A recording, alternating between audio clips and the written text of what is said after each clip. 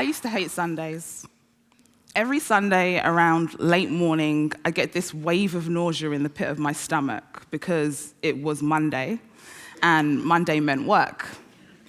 Work meant feeling overwhelmed and undervalued.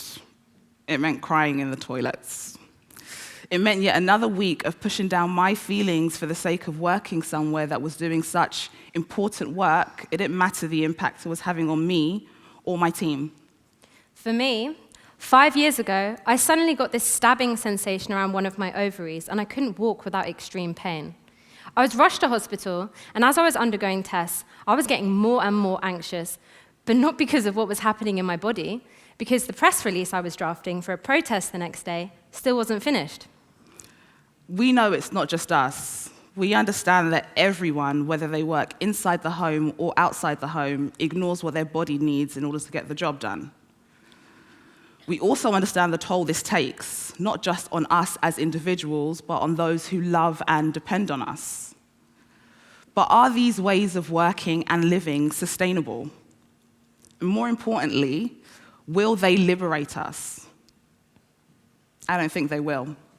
I think they'll continue to keep us more exhausted and more disconnected from each other. Now, both the experiences that we just described happened while we were working at feminist organizations. Now, these were spaces where all the time we were talking about challenging and dismantling the violent structures that are hurting so many of us. But actually, through the ways that we were working, we were just reinforcing those structures. The revolution is not some magical event that we'll wake up to one day. It's something that we all play a part in building every day. Because whatever you're practicing every day is what you're building. So we're here to talk about care. More specifically, how the practice of collective care is our strongest tool for building a world without violence. Now, when we say violence, we mean both systemic and bodily violence, like the way Black children are regularly subjected to traumatizing body searches by the police, or the fact that women are killed by their partners in their own homes every single week. By collective care, we're talking about our shared responsibility to provide and receive the emotional, physical, and structural support we all need to live more loving and liberated lives. Now, people talk a lot about self-care, but often that just means each of us individually doing what we can outside of work, while the bigger structures that reproduce inequality stay firmly in place. Together, Seyi and I co-direct a feminist campaigning organization called Level Up. Level Up was founded by a group of brilliant women 6 years ago, and since then, we have run and won some amazing campaigns. We've changed the way the media reports fatal domestic abuse. We've flown planes over football matches to force the Premier League to implement gender consent training.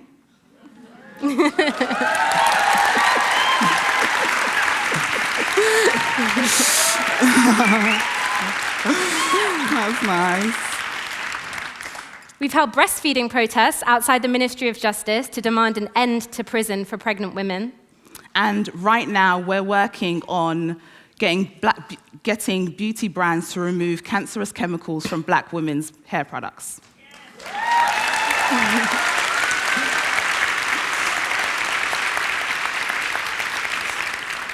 We are really proud of what we do. But the part that we're most proud of is the part the public don't get to see. It's the way we've done all of this whilst prioritizing care for ourselves and the people we work with. Because when Seyi and I started to co-direct Level Up together, we decided that every day we would try to build a tiny bit more of the world we dream of through the ways we relate to each other. Yeah, by prioritizing care, we've been able to nurture a community that doesn't require us to erase parts of ourselves, but instead make space for us to show up as human beings, not just outputs. We've all worked in places that have left us feeling disposable and although it's unprofessional to be human, but we knew it would be contradictory to replicate those ways of working while striving for liberation externally. It didn't really make sense. Words like care are often dismissed as weak or feminine in favor of words like discipline and rigor. But the reality is, we care rigorously. Care is not a nice to have that happens outside of work. Care is the work. Care is our strategy.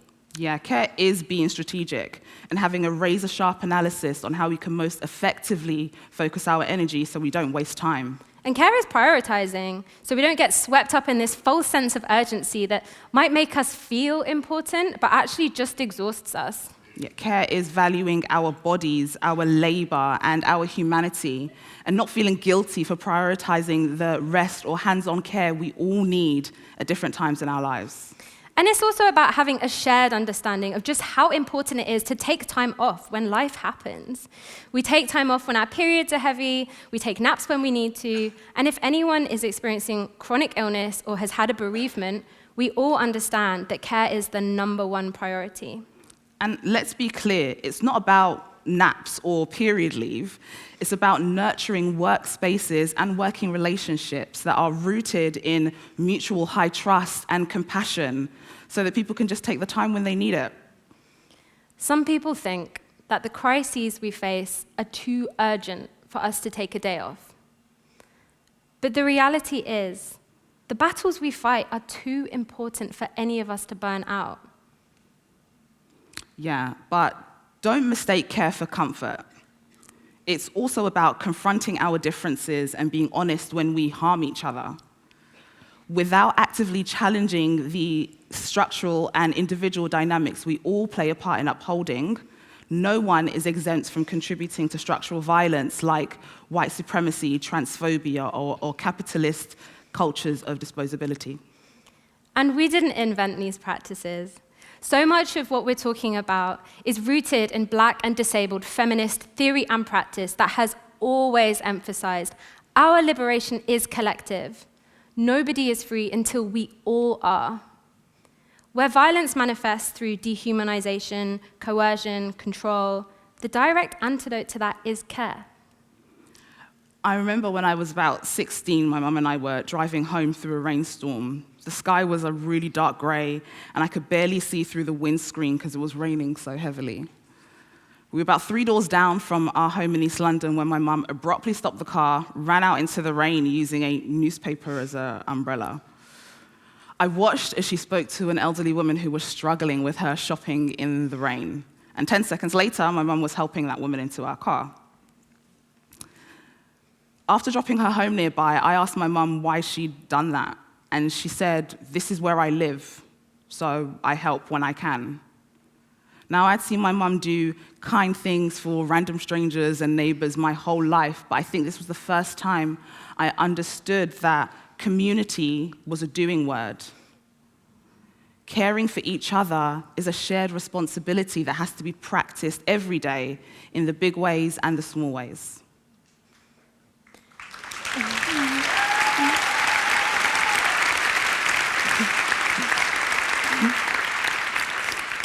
And acts of care are acts of resistance in a society that is designed to dehumanize and divide us. 2 years ago in Glasgow, 2 men were taken from their home by immigration enforcement at 9 in the morning and bundled into a van outside. Their neighbors came out into the street and stood in front of the van to block its path. Word spread, and after 2 hours, hundreds of people had joined the protest.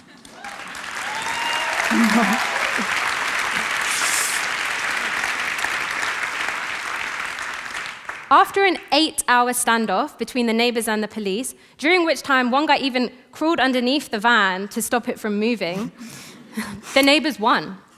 The men were released. Yay!